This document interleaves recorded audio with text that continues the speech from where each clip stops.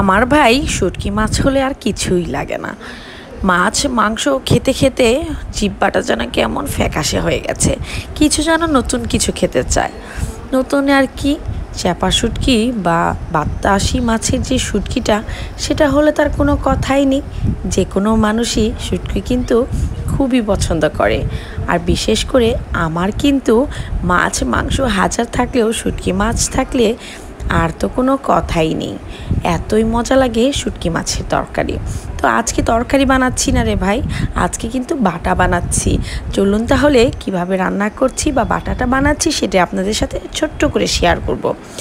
প্রথমেই আমি বাতাসি মাছ বা পাতাসি মাছের চ্যাপা শুটকিটা কিন্তু খুব ভালোভাবে পরিষ্কার করে নিয়েছি। এরপরে একটি মাটির হাঁড়িতে কিছু সরিষার তেল গরম করে দিয়ে দিব আস্ত কাঁচামরিচ আর রসুন আর একটা পেঁয়াজ। খুব ভালোভাবে ভেজে নিতে হবে। অনেকটাই ভাজা হয়ে গেলে তখন মাঝখানে একদম তেল বরাবর দিয়ে দিব বাতাসি মাছের শুটকিটা। খুব ভালোভাবে ভেজে নিতে হবে এবং মাছটা যখন তেলের সাথে মিলিয়ে যাবে, একদম তেল তেল হয়ে যাবে, তখনই কিন্তু চুলার আঁচটা কমিয়ে নিয়ে হালকা করে ভেজে নিতে হবে। বিশ্বাস করেন, এই শুটকি মাছের ভর্তাটা রুটি পরোটা বা গরম গরম ভাতের সাথে খেতে আমার কিন্তু বেশ ভালো লাগে। আর হ্যাঁ, এখন থেকে প্রত্যেক দিনই একটি করে লং ভিডিও আপনাদের সাথে শেয়ার করতে চেষ্টা করব ইনশাল্লাহ। আর আমার এরকম ছোট ছোট ভিডিও যদি আপনাদের একটু মনের মধ্যে জায়গা করে নিতে পারে, তাহলে অবশ্যই পেজটিতে লাইক শেয়ার কমেন্ট করবেন। আর প্রত্যেকটা কমেন্ট আমার জন্য অনেক অনেক গুরুত্বপূর্ণ।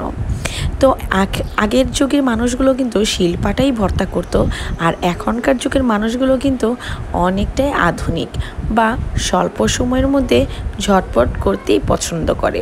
তাদের কাছে যেন সময়ই নেই, যার জন্য আমি কিন্তু আজকে মিক্সার মেশিনেই এই বাটাটা করে নিচ্ছি। আর বাটার মধ্যে কিন্তু আগেই আমি যখন রসুনটা ভেজে নিচ্ছিলাম তখন কিন্তু অল্প পরিমাণের লবণ দিয়েছিলাম। তারপরে এখনও কিন্তু বেশ কিছুটা লবণ দিয়ে খুব ভালোভাবে অল্প একটু সরিষার তেলে মিক্সার করে নিচ্ছি। এটা কিন্তু সময়ও বাঁচায় আর খেতেও কিন্তু সেই স্বাদ। আর আমরা যত দিন যাচ্ছে ততই কিন্তু সহজ সহজ পদ্ধতিতে মজার মজার খাবারটা খুব সহজেই করে ফেলতে পারছি। তো এই তো আমি কিন্তু মিক্সার মেশিনে খুব ভালোভাবে মিক্সড করে নিয়েছি, একটু কাটা পর্যন্ত নেই। খেতে কিন্তু বেশ মজা হয়েছে।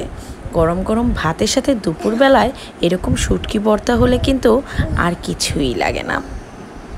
আমার মতন কে কে শুটকি ভর্তা খেতে পছন্দ করেন অবশ্যই জানাবেন। ভিডিওটি ভালো লাগলে লাইক শেয়ার করে দিবেন। ভালো থাকুন, সুস্থ থাকুন, আল্লাহ হাফেজ।